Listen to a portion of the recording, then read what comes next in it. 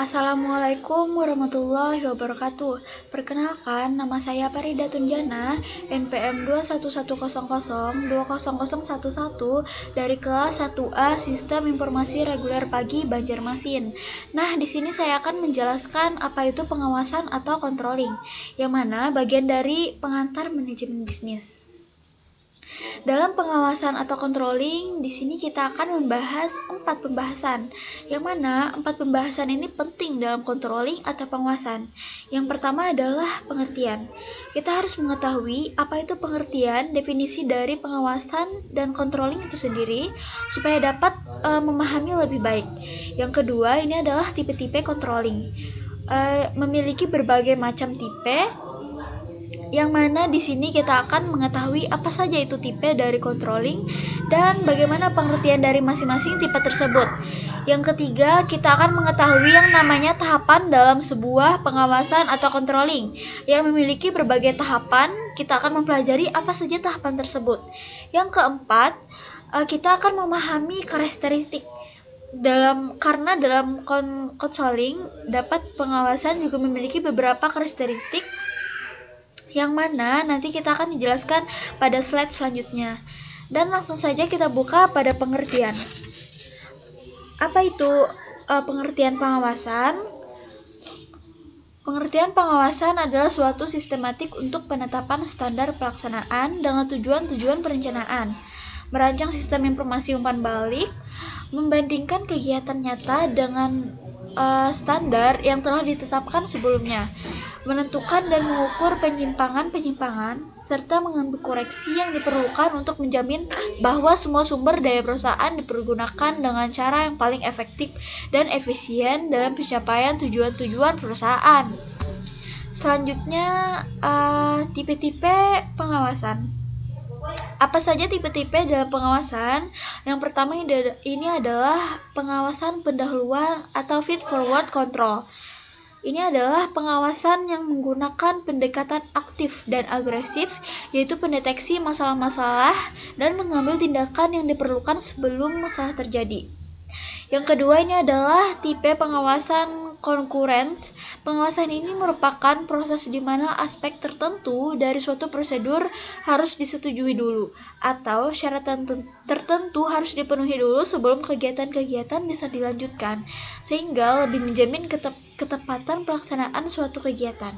Nah, yang ketiga ini adalah tipe pengawasan umpan balik atau feedback control. Pengawasan tipe ini dilakukan dengan mengukur hasil-hasil dari sesuatu kegiatan yang telah diselesaikan. Selanjutnya, tahap-tahap pengawasan.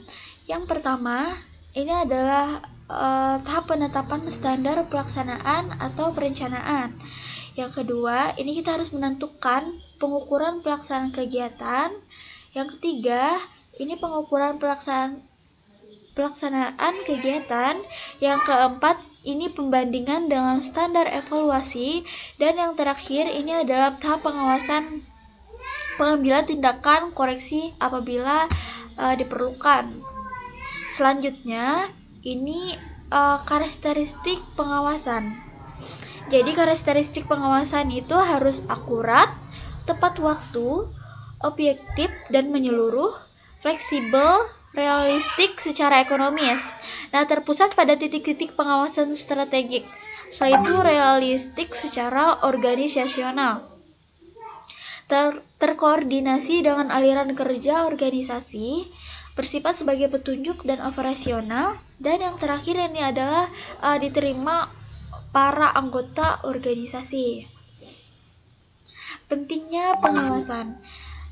Jadi pengawasan dalam controlling itu sangat penting. Yang pertama adalah lingkungan. Melalui fungsi pengawasnya, manajer mendeteksi perubahan yang terjadi dalam lingkungan organisasi, seperti harga. Setelah itu, yang nomor 2, kompleksitas. Berbagai jenis produk harus diawasi untuk menjamin kualitas dan profitabilitas tetap terjaga. Semuanya memerlukan pelaksanaan fungsi pengawasan yang lebih efisien dan efektif. Jadi ini adalah merupakan pencegahan apabila ada yang rusak, barang yang rusak. Nah, setelah itu yang nomor 3 ini adalah kesalahan. Sistem pengawasan memungkinkan manajer mendeteksi kesalahan tersebut sebelum menjadi kritis. Yang keempat, ini wewenang. Satu-satunya cara manajer dapat menentukan apakah bawahan telah melakukan tugasnya adalah dengan mengimplementasikan sistem pengawasan. Jadi, mengawas bawahan itu sangat penting. Manajer juga bawahannya juga melakukan tugasnya dengan cara baik dan benar. Setelah itu komunikasi juga sangat penting. Komunikasi diperlukan dalam pengawasan. Tanpa adanya komunikasi, itu semuanya tidak berjalan dengan lancar. Setelah itu nomor 6, menilai dan tindakan. Pembandingan petunjuk dengan standar, menentukan apakah tindakan koreksi perlu diambil, dan kemudian pengambilan tindakan. Selanjutnya, alat bantu pengawasan controlling. Alat bantunya itu seperti management by expansion. Manajemen pengecualian adalah teknik pengawasan yang memungkinkan hanya penyimpangan kecil antara yang direncanakan dan kinerja aktual yang mendapatkan perhatian dan wirausahawan. Yang kedua ini manajemen information system atau MIS, yaitu suatu metode informal pengadaan dan penyediaan bagi manajemen informasi yang diperlukan dengan akurat dan tepat waktu untuk membantu proses pembuatan keputusan.